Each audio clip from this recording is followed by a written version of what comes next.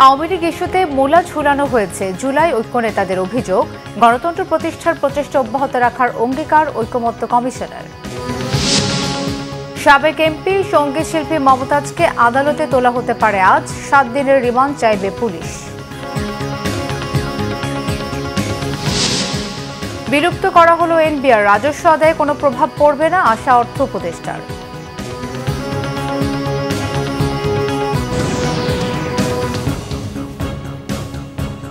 দেখছিলেন কাউন্সিল সংবাদ শিরোনাম, এবারে বিস্তারিত। আওয়ামী লীগ ইস্যুতে বিচারের নামে মূলা ঝুলানো হয়েছে বলে মন্তব্য করেছেন জুলাই ঐক্যের নেতারা। তারা বলেন, বিগত 16 বছরের গণহত্যা যুক্ত না করে প্রকাশিত গেজেট জন আকাঙ্ক্ষা পূরণ করেনি। এই সময় আরাকান করিডোর সহ বিভিন্ন ইস্যুতে অন্তর্বর্তী সরকার জনগণকে ভুলিয়ে রাখার অপচেষ্টা করছে বলে অভিযোগ করেন ছাত্র নেতারা। এদিকে পাহাড়ের বিচ্ছিন্নতাবাদী সংগঠন ইউপিডিএফ এর সাথে ঐকমত্য কমিশনের বৈঠক নিয়ে উদ্বেগ জানিয়েছে জুলাই মঞ্চ। তাদের দাবি, একটি সন্ত্রাসী সংগঠনের সাথে বৈঠকে বসলে পাহাড়ে বিশৃঙ্খলতা আরও বাড়বে। রিপোর্ট ফররুখ বাবুর। আওয়ামী লীগের সকল সহযোগী সংগঠন নিষিদ্ধের দাবিসহ বিচার কার্যক্রম সম্পন্ন এবং দলটির নিবন্ধন চিরতরে বাতিলের দাবিতে ঢাকা বিশ্ববিদ্যালয়ের মধুর ক্যান্টিনের সামনে সংবাদ সম্মেলন করে জুলাই ঐক্য। একই সাথে 14 দল এবং জাতীয় পার্টির বিরুদ্ধে পরিষ্কার ব্যাখ্যা চেয়েছেন সংগঠনের নেতারা। এবং সেই সিদ্ধান্তের আলোকে আমাদের পরবর্তী আওয়ামী লীগ ইস্যুসহ আরাকান করিডোর নিয়ে সরকার টালবাহানা করছে বলেও অভিযোগ তোলেন জুলাই আন্দোলনের নেতারা। তারা বলেন, সরকার ইস্যু তৈরি করে বিদেশিদের এজেন্ডা বাস্তবায়নে চেষ্টা চালিয়ে যাচ্ছে। বাজেটের মধ্যে অনেকগুলো ফাঁকফোকর রয়ে গেছে। ফাঁকফোকর কি রয়ে গেছে সেটা বিগত ফেসিবাদের যেই বড় বড় গণহত্যাগুলো ছিল সেগুলোকে এখানে মেনশন করা হয়নি। শুরুতেই হচ্ছে পিলখানা হত্যাকাণ্ডের 57 জন যে দক্ষ সেনা অফিসার আছে তাদের কথাটা এখানে উল্লেখ করা হয় নাই। শাপলা গণহত্যায় যে সেখানে প্রায় 1000 ধর্মপ্রাণ মুসলমানদেরকে যে শহীদ করা হয়েছে সেটার এখানে কোনো ন্যূনতম উল্লেখ নাই। মোদি বিরোধী আন্দোলনে যে প্রায় 17 জনকে নির্বিচারে গুলি করে হত্যা করা হয়েছে সেটার উল্লেখ নাই। শুধুমাত্র কেবলমাত্র কি জাস্ট যতটুকু তারা বাধ্য হয়েছে যে জুলাইটাকে মেনশন করতে হবে ততটুকু মেনশন করে তারা জাস্ট বলছে যে হ্যাঁ কর্মকাণ্ড নিষিদ্ধ, দলগতভাবে নিবন্ধন বাতিল হবে কিনা বা এই ব্যাপারে আমাদেরকে কোনো কিছু তারা আশ্বস্ত করতে পারে নাই। তো আমরা সেই জন্যই হচ্ছে এই কনসার্নের জায়গা থেকে আজকে প্রেস ব্রিফিংয়ে আসতে বাধ্য হয়েছে। যে আরাকানে এই যে করিডোর দেওয়ার নাম করে যেই দেশ বিরোধী একটি বিষয়ের অবতারণা আমরা দেখতে পাচ্ছি পদক্ষেপ, সেই বিষয়ে গভর্নমেন্ট তার সুস্পষ্ট অবস্থান ব্যক্ত করবে যে তারা কী চায় আসলে। এখনও সেই বিষয়গুলো আমরা পরিষ্কার নয়, আশা করি গভর্নমেন্ট এই বিষয়গুলো পরিষ্কার করবে এবং ইস্যুর খেলা তারা বন্ধ করবে। বারবার বিভিন্ন ইস্যু তৈরি করে কৃত্রিমভাবে জনগণকে ভোগান্তির মধ্যে ফেলা, এই ধরনের বিষয়গুলো থেকে তারা বিরত রাখবে। এদিকে জাতীয় জাদুঘরের সামনে জুলাই মঞ্চে আয়োজিত এক সংবাদ সম্মেলনে পাহাড় ইস্যুতে অন্তর্বর্তী সরকারের ভূমিকা নিয়ে সমালোচনা করা হয়। ইউপিডিএফ দেশের নিবন্ধিত কোনো সংগঠন নয়, তাহলে কিভাবে বৈঠক করার নৈতিক সাহস পেল সেটা আমাদের বুঝে আসছে না। বাংলাদেশ সেনাবাহিনীর সদস্য সহ পাহাড়ের বহু নিরীহ মানুষের রক্ত যাদের হাতে, সেই সন্ত্রাসীদের সাথে বৈঠক উদ্বেগজনক।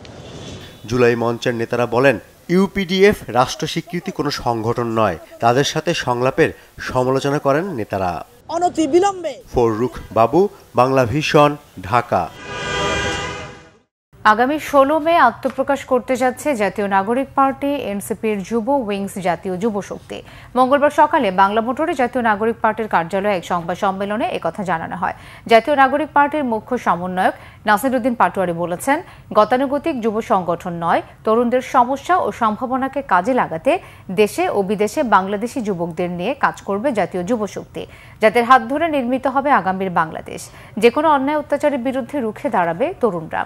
তরুণদের সংগঠিত করতে কাজ করবে এনসিপির যুব উইংস জাতীয় যুব শক্তি। আমাদের নীতি নির্ধারণী ফোরামে তরুণদের অ্যাক্সেস নেই এবং আমাদের বড় যে তরুণদের জনগোষ্ঠী তারা যে সাংস্কৃতিক অঙ্গনে, অর্থনৈতিক অঙ্গনে, রাজনৈতিক অঙ্গনে তাদেরকে আমরা নিয়ে আসার জন্যই জাতীয় যুব শক্তি ভবিষ্যৎ বাংলাদেশে কাজ করে যাবে।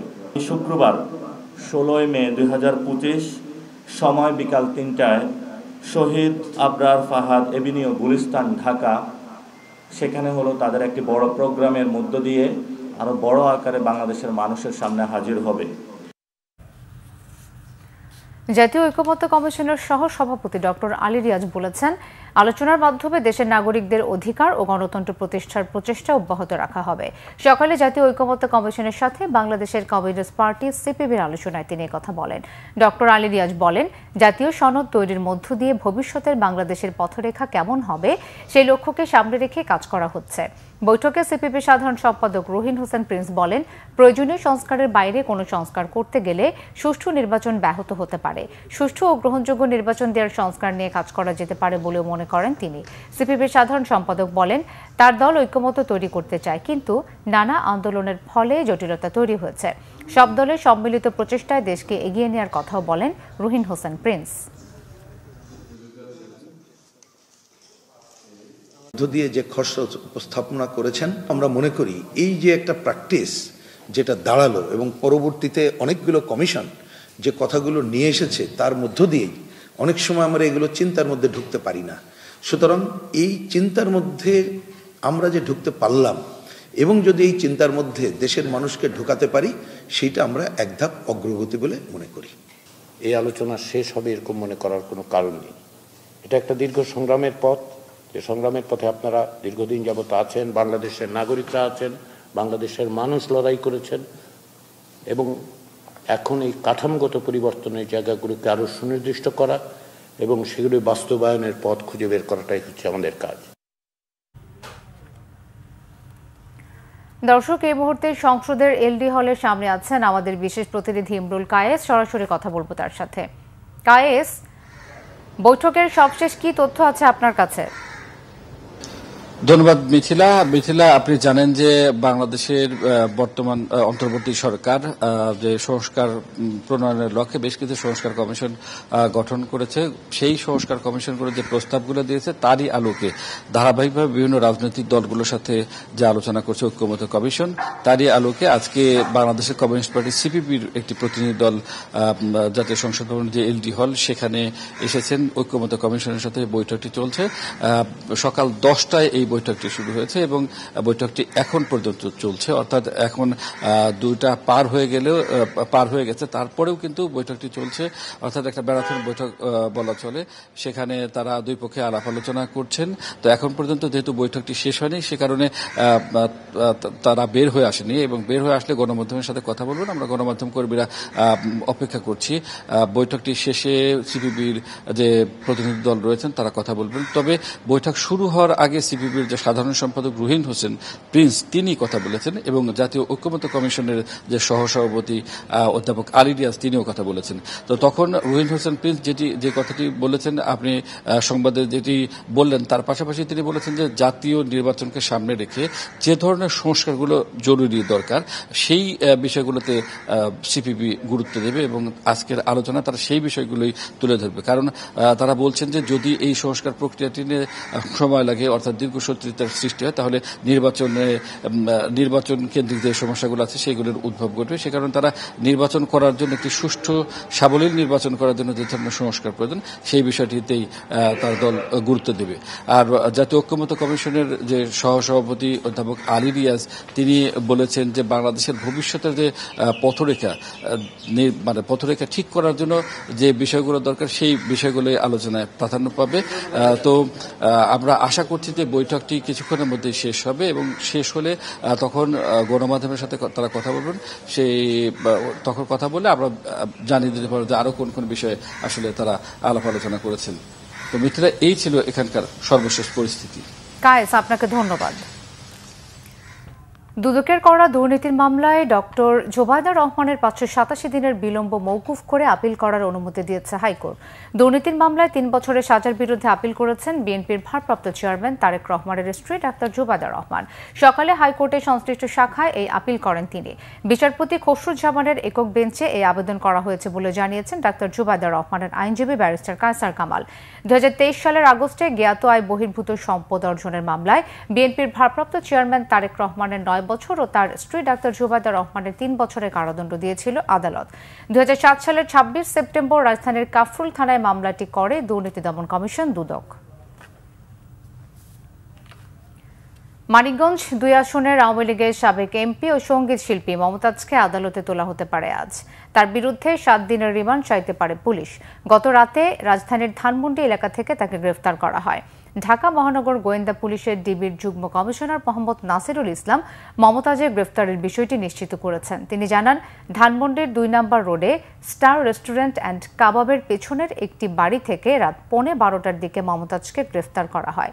মমতাজের বিরুদ্ধে হত্যাসহ একাধিক মামলা রয়েছে। 5ই আগস্ট শেখ হাসিনার পতনের পর থেকেই আত্মগোপনে ছিলেন মমতাজ। জানা গেছে, তাকে জুলাই অভ্যুত্থানকালে মিরপুরে সংগঠিত হত্যা মামলায় গ্রেফতার দেখানো হয়েছে। তাকে 7 দিন রিমান্ডে নেওয়ার আবেদন করবে পুলিশ। অর্থ উপদেষ্টা ডক্টর সালেউদ্দিন আহমেদ বলেছেন, ট্যাক্স ও কাস্টমস ক্যাডারের স্বার্থ সংরক্ষণ করে জাতীয় রাজস্ব বোর্ড এনবিআরকে 2 ভাগ করেছে অধ্যাদেশ জারি করা হয়েছে।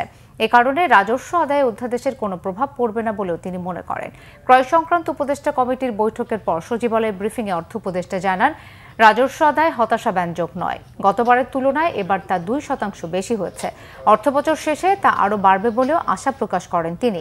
আগামী বাজেট প্রসঙ্গে ডক্টর সালেউদ্দিন বলেন, ধার দেনা করে মেগা প্রকল্প কিংবা টাকা ছাপিয়ে বাজেট বাস্তবায়ন করার ইচ্ছা সরকারের নেই।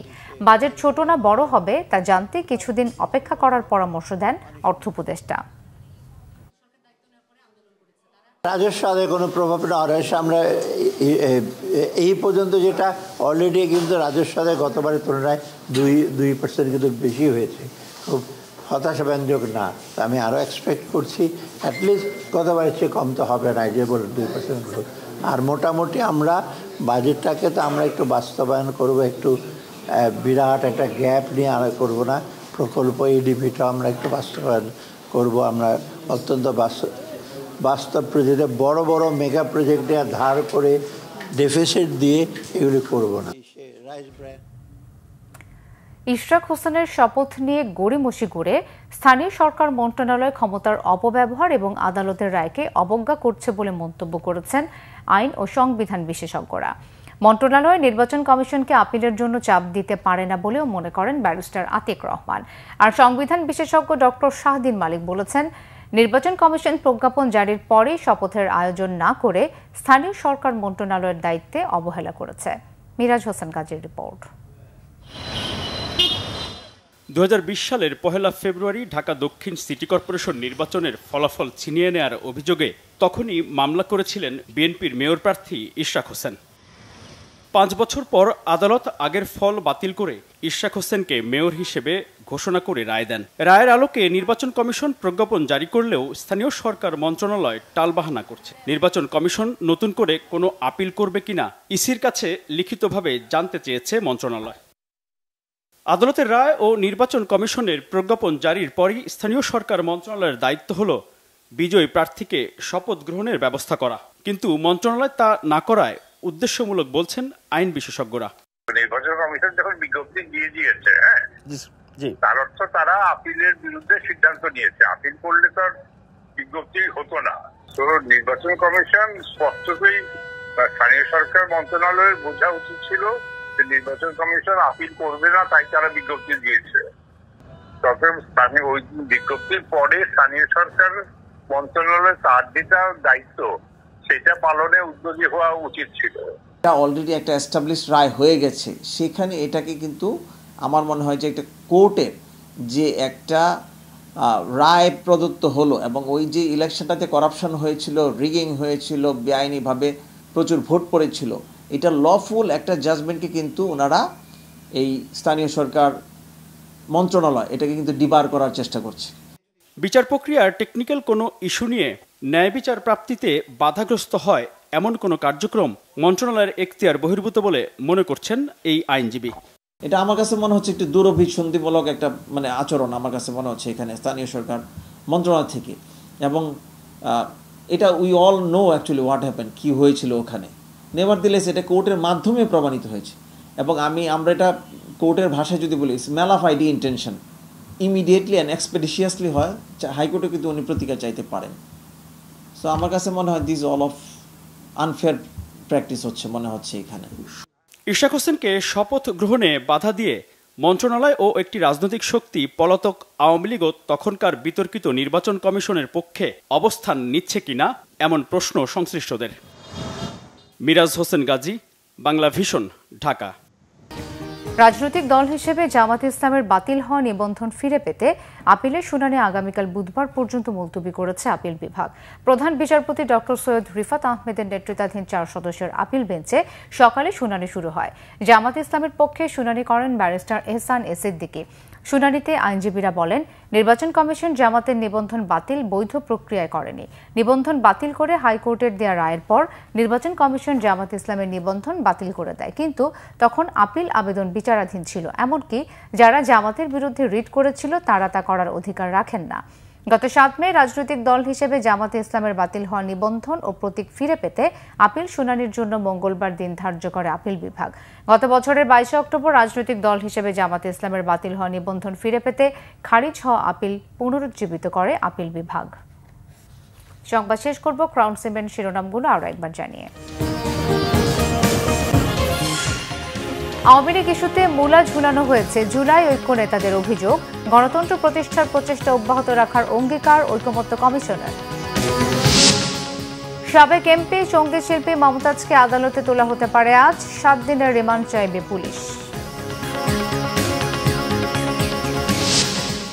বিলুপ্ত করা হলো এনবিআর, রাজস্ব আদায়ে কোনো প্রভাব পড়বে না, আশা অর্থ উপদেষ্টার।